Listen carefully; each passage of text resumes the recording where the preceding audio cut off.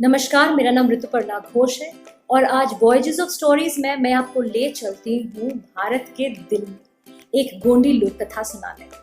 Gond India की सबसे बड़ी एथनिक ट्राइब है और ये लोग रहते हैं बिहार में, मध्य प्रदेश, छत्तीसगढ़, तेलंगाना, आंध्र प्रदेश, महाराष्ट्र और उड़ीसा में। इनकी ढेर सारी कहानियां हैं, लेकिन ये जो कहानी जो मैं आपको सुनाने वाली हूँ, इसका नाम है अनकही कहानियां। आप और मैं बचपन से ढेर सारी कहानियां सुनते आ रहे हैं, माता पिता से, पेरेंट्स से, ग्रैंड पेरेंट्स से, टीचर्स से या कहीं आस पड़ोस के लोगों से भी। लेकिन अगर ये कहानियां जो आपने सुनी हैं, जिनके साथ आप बड़े हुए हैं, क्या आप उन कहानियों को सुनाते हैं? क्या आप उन कहानियों को किसी और के साथ शेयर करते हैं? क्या आपको याद है वो कौन सी कहानी थी जिसको सुनकर आपको कहानी पर विश्वास आ गया था? अगर अनकही कहानियां रह गई हों आपके अंदर तो क्या होता है? जब मैं बच्चों को कहानियां सुनाती हूँ तो वो हमेशा पूछते हैं, आपके अंदर से कहानियां कहाँ से आती हैं? और मैं हमेशा कहती हूँ कि मेरे अंदर एक राक्षस है जिसे कहानियां सुनना बहुत पसंद है और जिसे कहानियां सुनाना और भी पसंद है। और जब कभी अगर मैं कहीं कहानियां नहीं सुनाऊं तो वो राक्षस मुझे बहुत अंदर से सताता है ताकि मैं किसी को जाके कहानी सुनाऊं। तो ये कहानी भी कुछ वैसी ही है, आपके अंदर भी कुछ अनकही कहानियां हैं। तो वो क्या होता है उन कहानियों का, कुछ इस कथा से सुनते हैं। तो एक बार एक गांव में एक किसान रहता था। किसान का नाम था शंभू। शंभू था तो बूढ़ा, लेकिन उसको अपने खेत में काम करने के लिए उसने एक दिन सोचा कि एक लड़के को रख लेता हूँ। तो उसने गांव में एक लड़के को अपनी मदद करने के लिए रख लिया। लड़के का नाम था काली। अब काली ना छोटा था ना बड़ा। अगर आप उसे देखते तो आपको लगता कि ये बच्चा ही लग रहा है या फिर एक युवक है, एक नौजवान है जिसका बचपना नहीं गया। तो एक दिन शंभू अपने साथियों को बताता है, दूसरे किसानों को, कि मुझे तो जाना है अपनी बेटी से मिलने। मेरी बेटी रहती है दूसरे गांव और मैं सोचता हूँ कि मैं अपने पोते को जरा देख आऊं। उसके बारे में बहुत दिन से मन कर रहा था उसको जाके देखने का। तो शंभू के दोस्तों ने कहा, अरे भाई शंभू भाई, अच्छी बात है, जा रहे हो पोते से मिलने तो उसको ढेर सारी कहानियां भी सुना के लाना। शंभू ने बोला, कहानियां तो मुझे ज्यादा मालूम नहीं है। जब मैं छोटा था तो मेरी दादी सुनाती थी। कुछ एक कौन सी कहानी थी? हाँ, एक कहानी थी खाने के बारे में। हमेशा जब दादी खाना खिलाती थी मुझे कहानी भी सुनाती थी। और एक कहानी थी पेड़ के बारे में। हाँ, हमारे घर में एक आम का पेड़ था तो पेड़ के बारे में भी कहानी सुनाती थी। और सी कहानी सुनाती थी। शंभू के दोस्त ने बोला, सोचो सोचो शंभू भाई, यही कहानियों की जरूरत है तुम्हें। शंभू ने और सोचा और बोला, हाँ, और ना एक तो सांप की भी कहानी थी। हमारे घर के पास तो जंगल था और जंगल में ढेर सारे जानवर थे, लेकिन सांप हमेशा घर के अंदर आ जाते थे। और हाँ, एक नदी की भी कहानी थी। नदी और उसमें कौन से प्राणी रहते हैं, कुछ ऐसी सी कहानी, मुझे ज्यादा याद नहीं है। इतने सारे साल हो गए हैं ये कहानियों को, कभी मैंने उनके बारे में सोचा ही नहीं, किसी को सुनाया भी नहीं और किसी ने मुझे कहानियां भी नहीं सुनाई। अब पोते के लिए मैं कुछ मिठाइयाँ ले जाऊंगा। मिठाई खाकर मेरा पोता खुश हो जाएगा और कहानियों के बारे में भूल जाएगा। अब अगले दिन शंभू और काली निकल पड़े शंभू की बेटी के गांव की तरफ। पूरा दिन सफर करने के बाद जब रात हुई तो एक गांव में पहुंचे। आगे का सफर और लंबा था, अगले दिन और जाना था, तो इसीलिए एक पेड़ के नीचे शंभू और काली रात को रुक गए। खाना खाया और जब लेटने लगे तो काली ने बोला, दादा एक कहानी सुनाओ ना। तुम तो इतनी सारी कहानी जानते हो, ये 4 जो कहानी जानते हो उसमें से कोई एक सुना दो।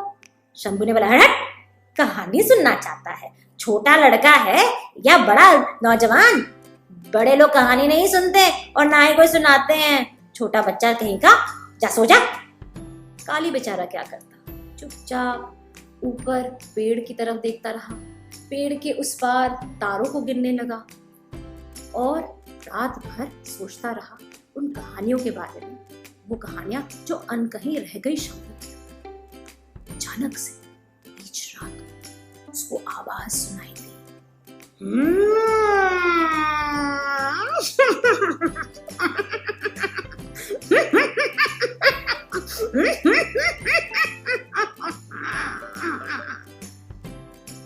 काली ने सोचा, ये कौन सी आवाज? यही कोई डायन तो नहीं है? उसने चुपके से धीरे से शंभू की तरफ करवट ली। एक आंख से शंभू की तरफ देखा। शंभू के पेट से तो कुछ निकल रहा था, रंग बिरंगी, हरी, नीली, पीली, लाल। ये क्या थी? काली चुपचाप, जैसे कोई सांस भी ना लेते हुए अपनी सांस को रोककर एक आंख से शंभू की तरफ देखता रहा। ये 4 चीजें जो उसके पेट से निकली थी वो कहानियां थी, जो कहानियां उसके पेट में इतने सालों से बंद पड़ी थी। कहानियों ने एक दूसरे की तरफ देखकर बोला, अरे ये ससुरा, ये खूसट हमें इतने सालों से जानता है लेकिन फिर भी अपने अंदर बंद करे रखा है। इस मनहूस को तो मारना होगा, इस मनहूस को सबक सिखाना होगा ताकि हम इसके अंदर से बाहर जा सके और किसी और के पास पहुंच सके। तो कहानियों ने षड्यंत्र रचना शुरू कर दिया कि शंभू को कैसे उसको इस बात की सबक सिखाए कि कहानियों को अंदर नहीं रखना चाहिए। तो पहली कहानी ने बोला, मुझे पता है मैं क्या करूंगी। कल जब वो अपनी बेटी के घर जाएगा और जब खाना खाएगा तो मैं उसके निवाले को सुइयों में बदल दूंगी। जैसे ही वो निवाला अंदर लेगा और सुई हो जाएगी, हाँ वो तो वहीं मर जाएगा। दूसरी कहानी ने बोला, अरे कोई बात नहीं, अगर इससे ना मरे तो जब वापस आएगा जंगल के रास्ते मैं वहां खड़ी हो जाऊंगी पेड़ बन के, और जैसे ही वो मेरे पास आएगा मैं उस पे गिर पड़ूंगी। तीसरी कहानी ने बोला, हाँ कोई बात नहीं, जंगल उसे याद है, जंगल में जानवर उसे याद है, जंगल में रहने वाले सांप भी उसे याद है, लेकिन सांप की कहानी जरा भूल गया है। अगर तुम दोनों उसे नहीं मार सके तो मैं सांप बनकर उसे डस लूंगी। चौथी कहानी ने बोला, पानी, नदी के अंदर रहने वाली, कोई बात नहीं, पानी में जब आएगा ना, नदी में आएगा, मैं लहर बन के उसे वहीं डुबो दूंगी। काली चुपचाप ये सारी बातें सुनता रहा। अगले दिन जब सुबह हुई तब काली और शंभू आगे चलते रहे। काली ने कोई बात नहीं की। उसने भी सोचा, क्या ये ऐसा होता है? कहानियां अगर इतने सालों से किसी के अंदर बंद रहे तो वो निकल पड़ती है और वो परेशान करती है और वो बदला लेना चाहती है और वो सबक सिखाना चाहती है। ऐसा भी क्या होता है? वो इसी सोच में था और जब वो पहुंचे शंभू के लड़की के घर तो वहां पे दोनों ने नहाया धोया और शंभू की बेटी जो अपने पिताजी को देखकर इतनी खुश, उसने अच्छे से भोजन पकाए थे और उसने अपने पिता को और काली को खाने पे बिठाया। शंभू और काली तो बैठे। काली ने अपना निवाला तोड़ा लेकिन वो शंभू की तरफ देखती थी। शंभू ने अपना निवाला उठाया और जैसे ही वो अपना मुंह खोलकर निवाला अंदर की तरफ डालने वाला था, काली ने अपना निवाला फेंक उसके हाथ को दिया धक्का और बोला कि नहीं बाबूजी, दादाजी, इसको मत खाइए, इसमें कीड़ा पड़ा हुआ है। और जैसे ही वो निवाला नीचे गिरा, नीचे उसने देखा कि ये तो सुई में बदल गया है। शंभू ने देखा काली की तरफ, उसने बोला, ये क्या है? बोला, पता नहीं दादाजी, मुझे तो लगा कि इसमें कीड़ा है। दोपहर का तो खाना वो खा नहीं सके, शाम का नाश्ता भी नहीं खा सके क्योंकि तब भी काली उनके हाथ को मारता और जैसे ही निवाला नीचे गिरता वो सुई में बदल जाता। रात को भी शंभू के पेट में एक अन्न तक नहीं गया। बड़ा परेशान, बड़ा चिंतित शंभू सोचने लगा कि मेरे साथ ये क्या हो रहा है। चलो घर वापस चलते हैं। नाती के साथ जो वो खेलने आया था, नाती से बातें करने आया था, वो भूल चुका। अगले दिन शंभू और काली निकल पड़े घर की तरफ। अब घर की तरफ जब वो चलने लगे तब आया एक जंगल।